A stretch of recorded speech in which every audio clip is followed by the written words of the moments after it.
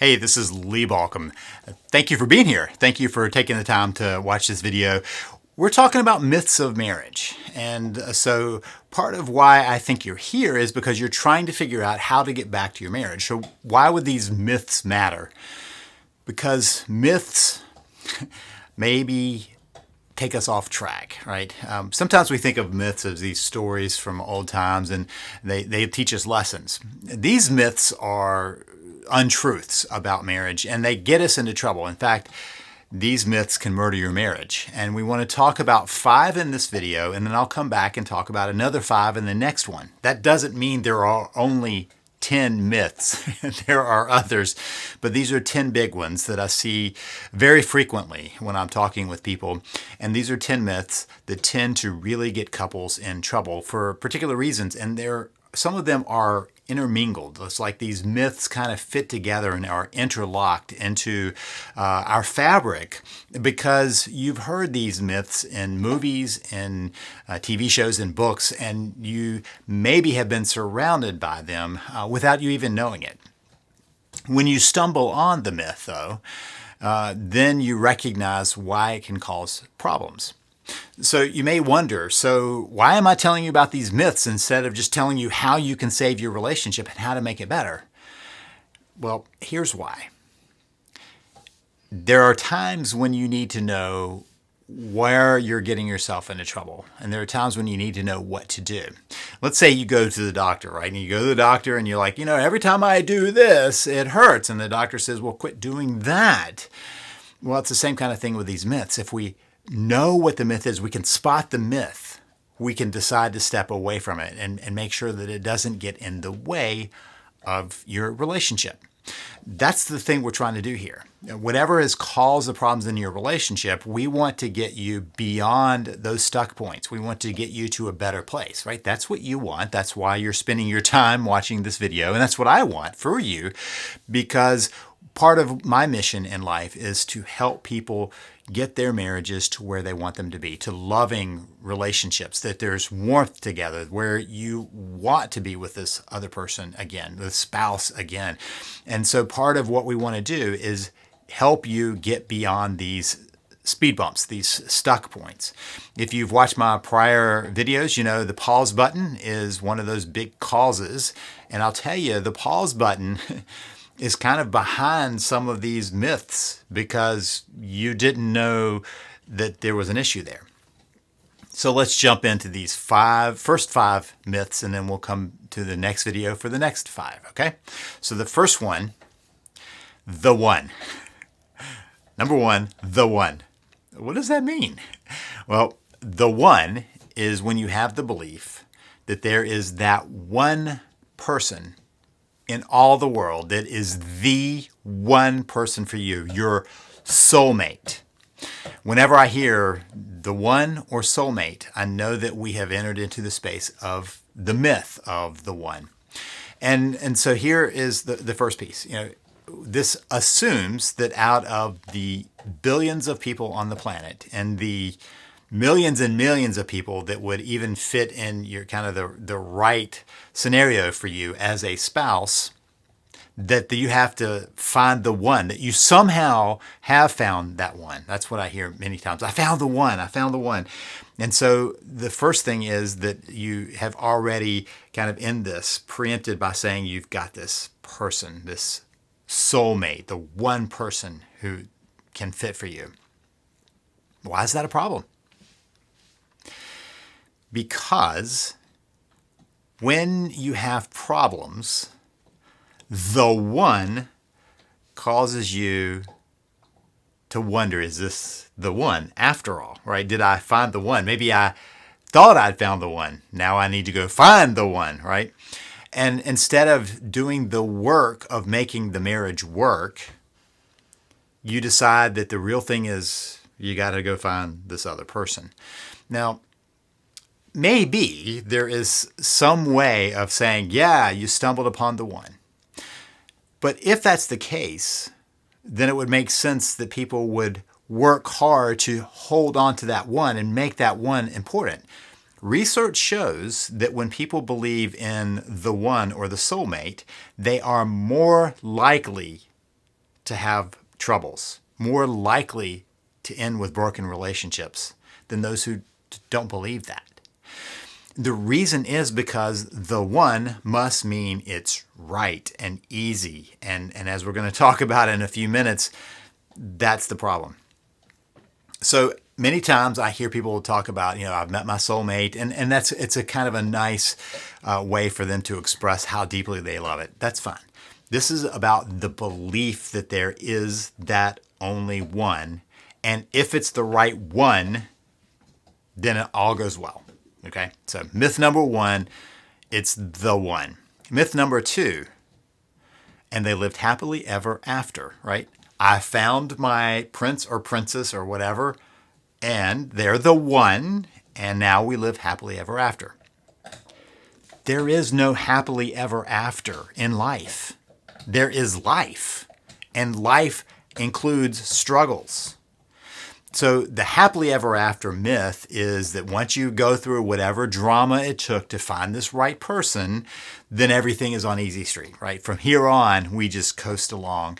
And happily ever after runs smack into real life where we have struggles. Now, let me just kind of rewind us to the day of your marriage. If it was like mine, you made some vows, some promises.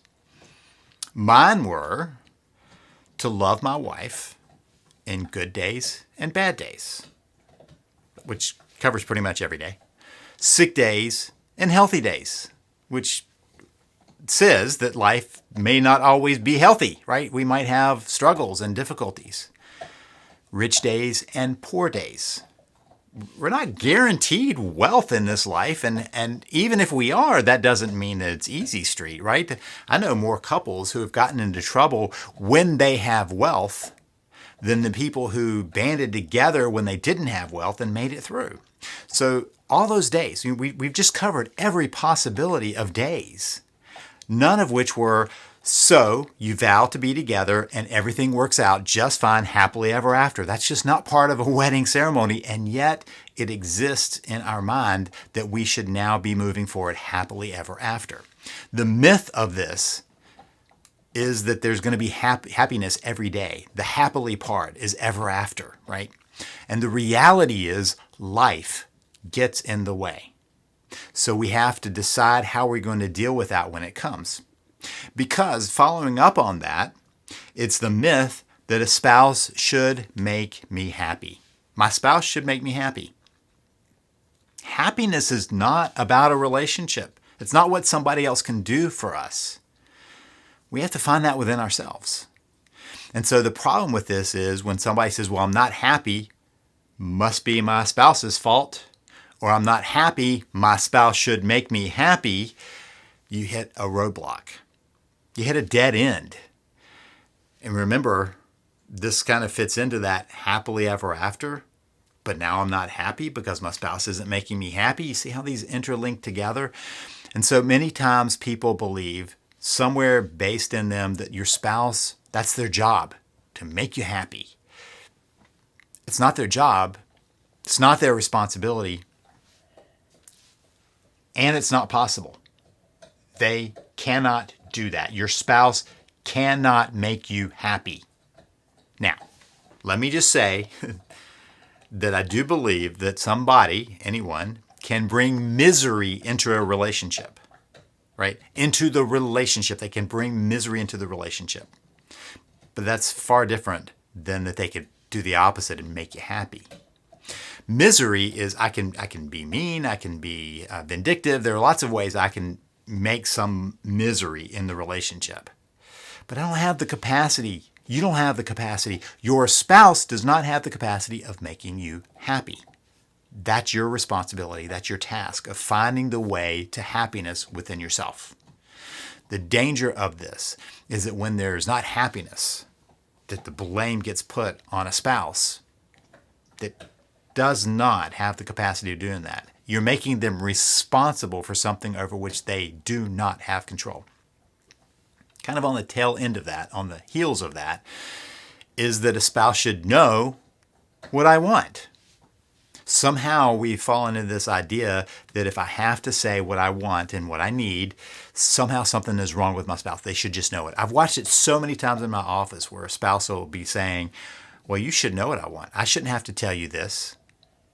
That's working from a place of expectation. In another video, I will cover this fully because I'm actually writing about the dangers of expectations. When we have expectations, they are always a path to misery. And so this is a built-in expectation. My spouse should know how to make me happy. My spouse should know what I want. Both of those are based in the should of life, and as are many of these others. That's a kind of a red flag, right? If we're saying somebody should something, or I should something, it's based A, in shame, and B, in expectation. Neither of which get us very far in life or in happiness. So the belief that a spouse should know what I want is A, misguided, and B, unfair to your spouse.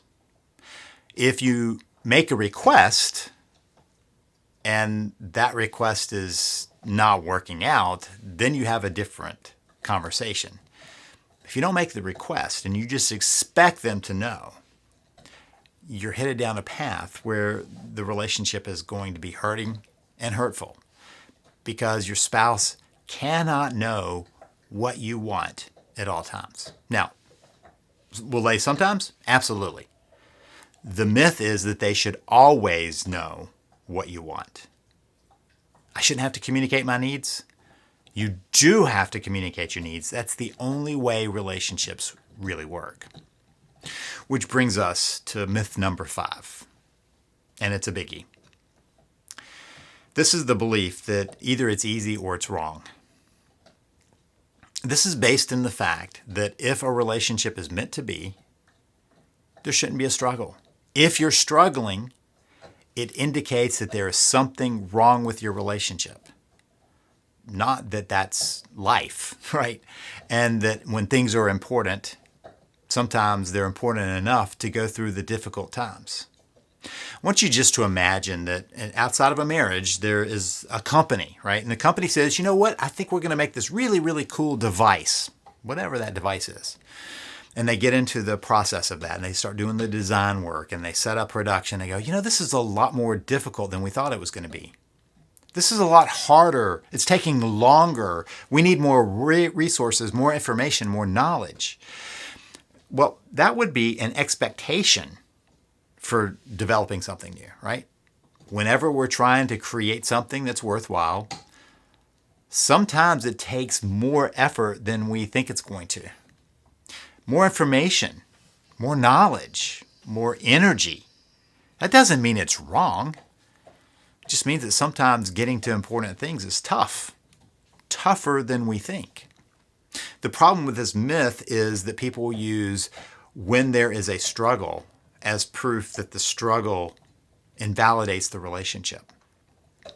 If this was the right person, the one, if we're supposed to live happily ever after, and my spouse is going to make me happy and they know what I want, then this should be easy. Important things are rarely easy. They're just important enough to stay on. Your spouse cannot know what you want. They can't make you happy. Happily ever after is something we try to live through each day through the difficult times of being in it together. And you make your spouse the one that matters. We bring those pieces together because these myths can hold back a relationship that has great potential. And each one of these has the potential of sidetracking you to something that isn't true. It's a myth that lives within us that we have to move away from. Now, what I said is something important is important enough to work on. If you don't know what to do, please visit me at savethemarriage.com. That's savethemarriage.com. I'll see you in the next video with the next 5 myths that can murder your marriage. This is Lee Balcom wishing you the best as you work to save your marriage.